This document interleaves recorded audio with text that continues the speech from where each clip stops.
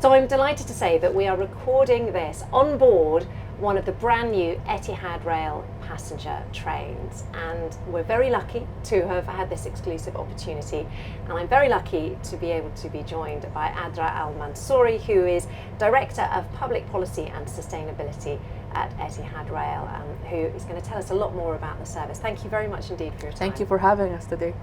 Well, it's a pleasure to be here, and it's a pleasure to see just how close to ready this rail link is. Can you give us a sense of the progress that you've been making over the last few months? Because my understanding is that it is going to open this year. Absolutely, inshallah. Honestly, this is really an iconic year and historical year for Etihad Rail passenger services. As you mentioned, it is the year where we are expecting to launch the passenger services in the UAE.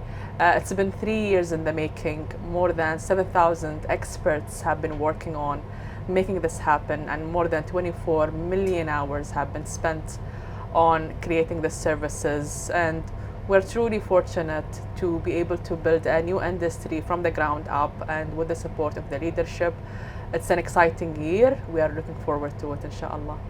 So at what stage are you at now when it comes to announcing stations? I know that those have come out recently, testing the trains. I mean, we're on one of these trains right now, so I can see that they're running along the tracks. Yes. How close are we to that sort of crescendo moment when you'll finally open it to the public? Well, we are currently at the operational readiness stage. We are making sure, the trains are operating safely and reliably.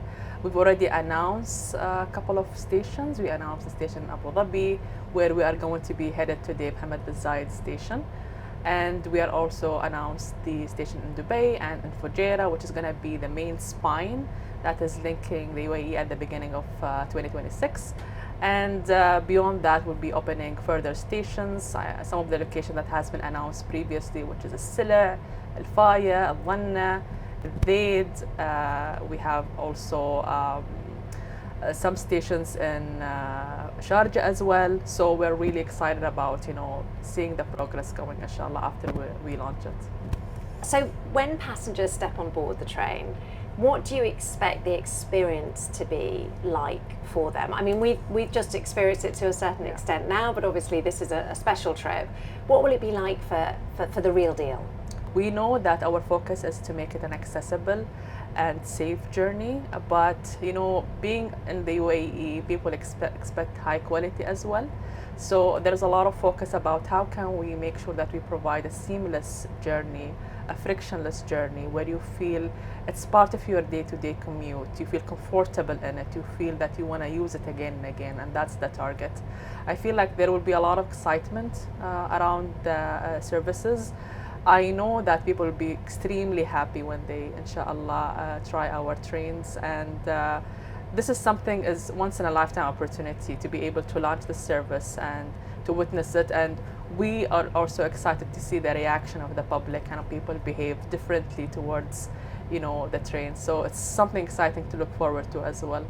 I travelled on a lot of trains in the United Kingdom and across Europe, and I have to say the experience I've had so far in this passenger train is obviously something of a cut above.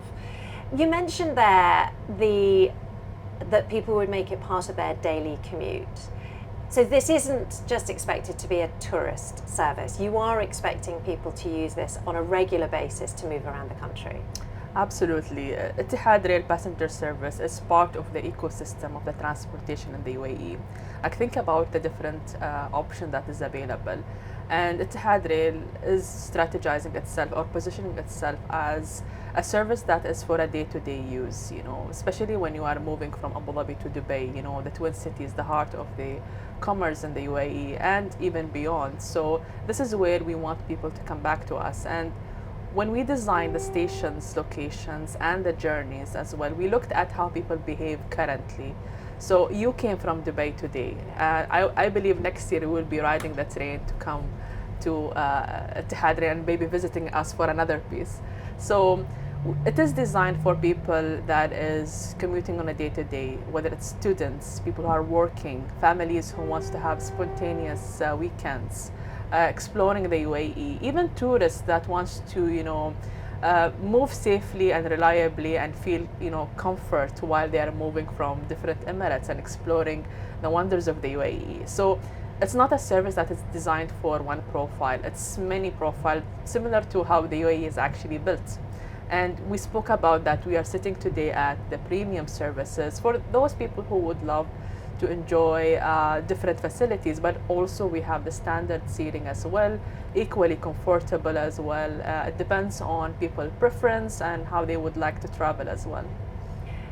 How are you going to persuade people to get out of their cars? Because we love our cars, we love the privacy, we love the immediacy, we love the fact that we can park right outside our office and not have to walk around when it's hot. What's the USP for the rail service? We believe at Etihad Rail that we are an option. We are not here to replace, private cars or hailing taxis or different services. We are an option that is faster, reliable, comfortable, and predictable, which what people needs in their day-to-day commute. Something that they can trust when everything goes, unpredictably. Like in the UAE, we have a lot of congestions, accidents. I'm sure that you will see 1 or 2 accidents on the road while you are traveling. And in the rail, the infrastructure itself is designed differently. We have a standalone infrastructure. It's faster than regular cars. I mean, we are sitting in a passenger trains that has a maximum speed of 200 kilometers. It can carry 400 passengers per train. Imagine how convenient it will be for you and your friends to hop on a weekend to Fujairah. You don't need to go with 3 or 4 cars. You can just gather here today and enjoy the time that you are spending while you are commuting. It's not a stressful situation anymore. It's not like I'm arriving at 30 minutes, you guys have to wait for me. Like everybody's gonna arrive at the same time. Everybody's gonna arrive relaxed, and everybody's gonna arrive, enjoying where they wanna do next. Like if you are arriving at work, you will be less stressed. If you are arriving to an exciting journey, you will have a great time catching up with your friends and family. So it's all about time gained as well, and this is something that you cannot buy. I think everybody would need some time, in the future, especially in stressful times that we are going through. It's such a different experience. It's an alternative. But I believe that time gained is one of the most important things that you can get out of the train. I imagine that the cost of the tickets is going to be another big element for people when they're making a sort of transport choice. Do you have a sense of how much tickets will cost yet? Whether there will be season passes? How you're going to structure those costs, those prices? Well, it's important for Etihad Rail to make sure that the tickets are accessible by different classes. Okay. We don't want it to be only for specific people. We want it to be accessible by everybody, different classes, different times. The prices itself will be launched close to the launch date. There will be a lot of considerations about how the prices will be. We know in the UAE there's different requirements. We have different people, we have students, we have families, we have people who are working, a different location, there is like frequency into it. So it's quite an interesting piece to bring forward to the public. And again, our number one priority is to make it accessible for people so that everybody can experience it and hopefully use it on a day-to-day basis. That's interesting. There's this sense, therefore, that the ticket prices may be variable according to time of day and season? There will be timetables, of course. We know that there are peak hours that might be priced differently or might be priced the same. This is what our team is working on. We also discussed about the different classes we have, the premium and the standards. So I think there is going to be an option for many different people, inshallah. So tell me where we are right now. We are in Mohammed bin Zayed station, our flagship stations in Abu Dhabi. As you can see, the work is underway. We actually came from that train, which is on platform A, and we have also platform B on the side. The trains are supplied by 2 suppliers. Today we are on the suppliers from China, CRRC, and we have the other suppliers is from Spain, which is CAF as well. The train itself, we already spoke about it. It's going to handle 400 passengers the design of the station is quite intuitive, quite simple. You can easily come through the doors. You have the access over there. You can purchase the tickets online or from the ticketing stations at the station, and then off you go on the train. And so from here, you'll be able to primarily travel either to Dubai or straight to Fujairah. Are those your first two routes? Absolutely. Those are going to be the spine, as we said, Abu Dhabi, Fujairah, and Abu Dhabi, Dubai, and Fujairah. And ultimately, this will be connected to the rest of the stations as well, because we do have one single network that is carrying all the stations together. So I can see the ticketing machines, for example, behind you, and then you've got the classic kind of booths where you put your ticket in to show you've bought your ticket. How about the F&B options? Are there going to be cafes? I can see where everything's being built outside here. There are already some little cafes over there that are about to get a major uplift as soon as the station opens. But it's interesting to know what you might have within the station as well. Yes, so the focus will be that we should provide some F&B services or food and beverage services before you ride the train. And then we want to see people reaction once they are on the train, what kind of services that they would like to be embedded into it. I mean, it's exciting for us to see how people behave, but most importantly, we know that everybody wants to have their cup of coffee before they ride the train. That's like the ABC of having a good service, and we're excited to see what else they will be requesting. Journey times. So how long is it taking to get from place to place? So, I mean, the key journey is going to obviously be Dubai to Abu Dhabi, and then of course Dubai to Sharjah, because the hope is that it's going to take, weight off that constant Sharjah traffic.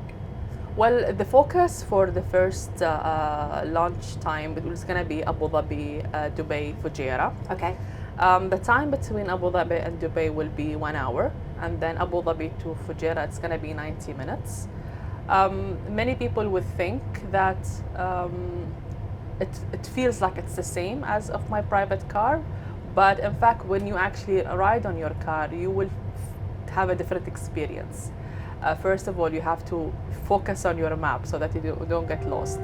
There is unexpected congestions, maybe unexpected accidents, and your sole focus is to get yourself from point A to point B, while traveling on the train, and even the time when you are driving is not always predictable. Maybe something will happen. I mean, you also had a problem coming in today because of some delays as well. Yeah. But in the train, it's actually pretty predictable, because we have a starting time and receiving time, or when your travel journey continues, and you have basically 1 hour to do whatever you want. We believe that time that you will gain is quite an important time to make your day better. And we will see when people will actually ride the train, how they will use that 1 hour to their advantage. In a way, you're talking there about productivity and the fact that traveling by train gives you time back, time to work, time to have fun. What type of impact are you expecting the passenger train line to have on the sort of economic status of the UAE? We know that it will have a huge impact. Yes, that's what we can confirm, because if you think about it, the land surrounding the passenger stations in value, it will increase, because now you have businesses that they want to build hotels and new business centers, and this is something that we call transit-oriented development. I think those kind of designs will change the way cities are designed, because whenever you put a station in a certain place, everybody wants to be closer to it. It's similar to having a port or an airport. Everybody wants to be closer to it. And that is what we believe from a passenger perspective is going to be. People want to live closer to it. People want to work closer to it. Retail shops want to have their piece of pie next to the land that is connected to other Emirates. So I think accessibility to different services that is unique to different Emirates is going to also have a huge impact. Us passing by these kind of cities as well, people will get to know them. We know that it will impact the tourism as well. And I believe most importantly, it will also make people think about where they want to live. I think when you say, I am living in Dubai and I work in Abu Dhabi, and I work in Abu Dhabi and I live in Dubai, a lot of people will station their families where the schools are or where their work are. But now it's not it's going to be more flexible for them, more option for them, because they don't have to spend a lot of time away from their family. I think where they choose to live is going to be different, and how the cities will be scattered are different, because our stations locations are designed not only for how people behave right now.